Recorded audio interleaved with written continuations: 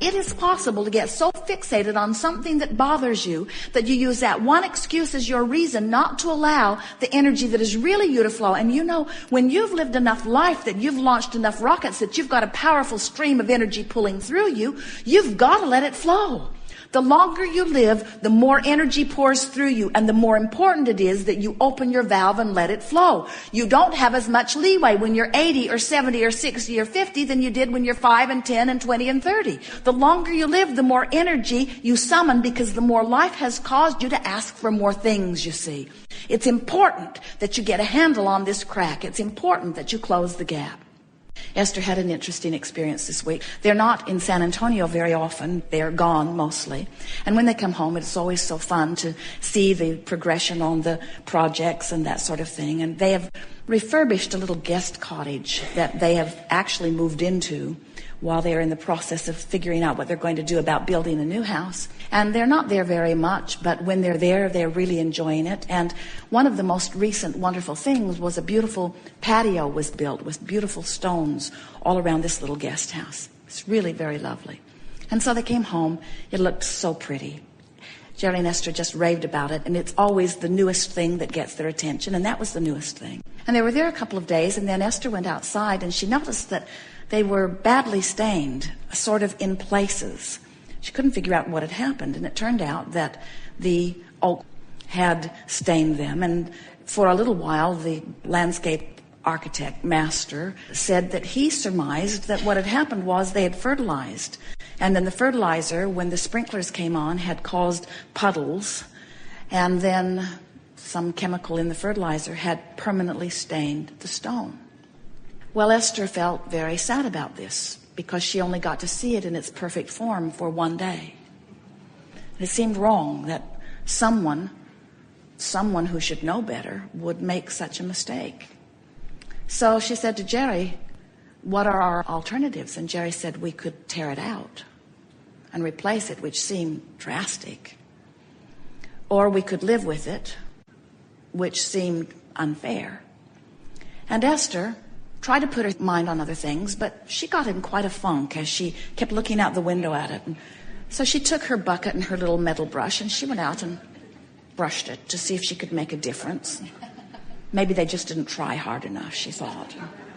She made no difference at all, and got feeling even worse. And then she got thinking about how it should be different than that, and how much they pay those gardeners to take care of all of that, and how they should know better, and that even if the one who's sprinkling the stuff doesn't know better, somebody who's watching him sprinkle it should know better, and whoever sent him should know better, and somebody should call somebody, because there's something very wrong about this.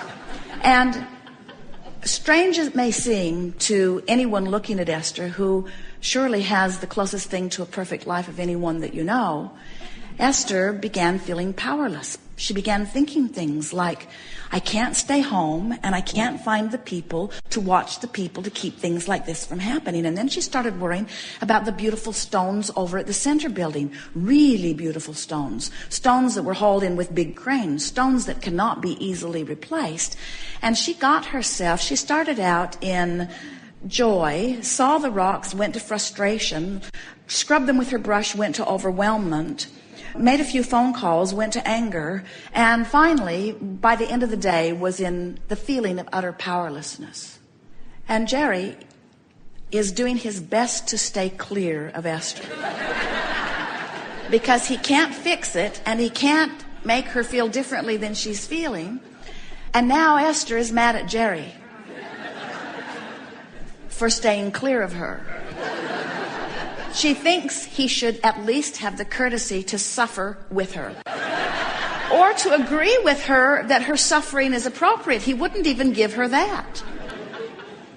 So Esther said, as she took her computer, there is a new process in the Amazing Power book that says, what has happened, the contrasting experience that has happened. So Esther made a computer program for herself with 4 fields. What's happened is, and she made the statement very clear, much as we have just given it to you. Someone stained my rocks, they've ruined it, they've made it not look good, and not only that, but other bad things could happen in the same way, because I'm not here to watch what everybody does. And then she put, what is the desire that is born out of that? And her desire was that she not care. And then she thought, no, that's not my desire. I don't want to stop caring. I don't want to lower my standards. All right, my desire is that I don't feel so bad about things. My desire is that I surround myself with people that really know what they're doing. My desire is really that I'm able to maintain my balance regardless of these kind of silly things that are happening. That was really the bottom line of the desire that was born within her. And then the next field says, and what are the emotions that I'm feeling? And Esther wrote powerlessness. And then she wrote overwhelmment. It feels like overwhelmment, powerless. So then she said to Jerry, who had stuck his head inside for a moment, I'm going to work on my computer for a little while because my thoughts are killing me. And she was being a little over dramatic, but she knows the power of thought. And she could feel how bad she felt over something that anybody outside of her would have said was ridiculous. But then they don't get to choose, do they? Because they don't know how she dreamed it, how she saw it, how she visualizes it when she's driving down the road, how she wants it to be. Nobody gets to decide what she gets to want. She gets to decide. But nobody can control how she feels but her. And she couldn't dig the stones up, and she couldn't take the chemical back, and she couldn't scrub it off with her brush. She couldn't do anything other than the only thing that you can ever do anyway was to change the way she felt. And at that point, she wasn't even sure she could do that. So she sat there on a sofa in the cottage with her computer, and now she's in the fourth field, which is closing the vibrational gap, which means just talk until I feel better. Do anything I can do, find any thought that I can find that makes me feel the slightest bit better.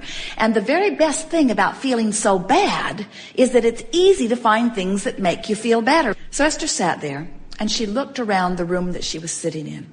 And right before her is an old fireplace that's been there for many years. It was built with this old house.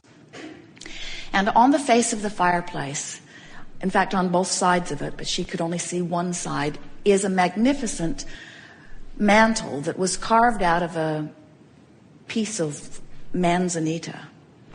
And it was so heavy that it took 3 men to lift it. And so the designer designed big metal sculptures that come out of the fireplace and hold it up. It is a work of art, prettiest thing that Esther's ever seen on an old fireplace. And as she looked at it, she thought, boy, those people really did a good job.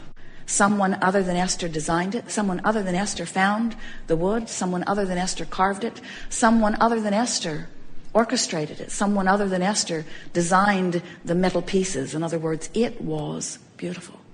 And then she looked into the kitchen, all beautiful, with a beautiful iron wine rack that's been orchestrated where the old oven was in the stack of bricks.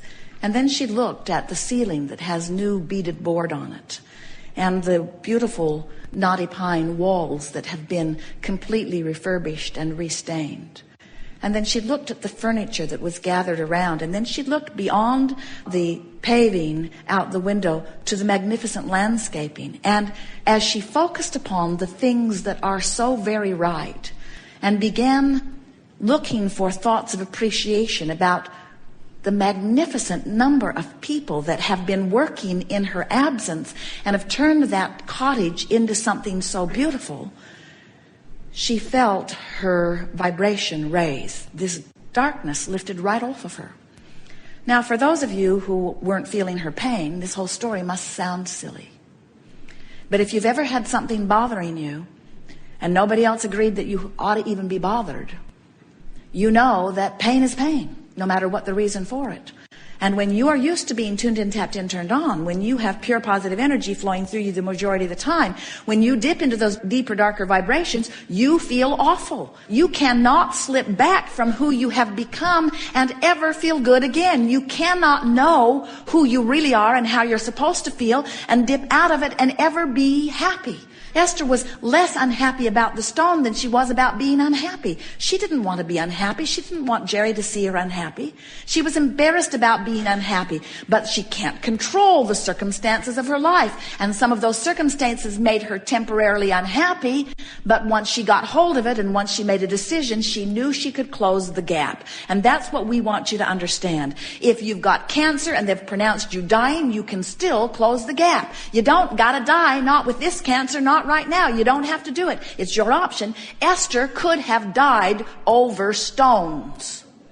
We're not kidding you. She could have made herself so miserable about that, it could have taken her out if she had chosen to allow it. It would have taken a little while. Unfortunately, the distraction of her life would have probably not made that likely. So then you grow up. You have ups and downs. You go to sleep, you come into alignment. You wake up, you're out of alignment. You appreciate, you get back into alignment. You criticize, you get out of alignment. You love someone, you get into alignment. You hate someone, you get out of alignment. You watch a movie that feels wonderful, you get into alignment. You watch CNN, you get out of alignment. In other words, and then you learn to meditate, you get into alignment. In other words, you live life and sometimes get out of alignment. You croak, you go back into alignment. So you get the sense of this. You have the potential of maintaining that alignment once you know what you're looking for.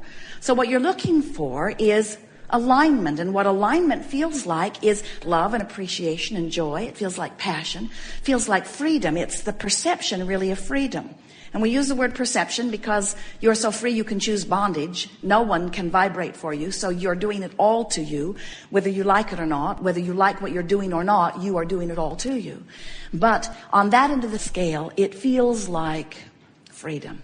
On the other end of the scale, which feels like fear, it feels like despair, that is your perception of no power. That's your perception of no freedom. That's the feeling of disempowerment. The way you feel is your indication of where you are on this scale. Now, what's this scale? This scale is this crack that we're talking about, isn't it? It's that vibrational relativity between who you really are and not just who you were before you were born and not just who you were the day you were born, who you have become as a result of being in this masterful, wonderful experience where life is causing you to become more. So have we made the point? You can't not keep up to speed with who you have become and ever feel good. In other words, life can't cause you to become this and you ever feel really good when you're over here beating the drum of this. You got to get up to speed with who you are. So how do you do that? You recognize that the way you feel, that the emotions that you feel are your indicator of how you're doing on this emotional scale. You recognize that when you make a statement and really mean it, nothing is more important than that I feel good. And then you make the effort to feel good, then you can get up the emotional scale on any subject that you want. And it's an interesting thing. We really want you to realize that you might see someone who's experiencing the trauma of the death of someone that they love, who's in despair. And then you might see someone else who seems to have everything in the world going right, who is feeling despair over something that seems utterly insignificant to you. You want to say, get a life, for heaven's sakes. Why are you so worried about that? And we want to say to you, lovingly, mind your own business. Because you don't know what anybody else is doing with their scale. In other words, you have no way of knowing what the vibrational relativity is for anyone else, just like no one else has any way of knowing what it is for you. So Esther sat there, and all of a sudden, in her feeling better, a thought came to her that actually made her feel joyous. She thought, that paving has always been too light. It has always looked too new. This is a very old house. We are renovating an old house. We want the place to look old. What could make it look more old than that? We'll just ask them to come and make the same mistake on all the stone.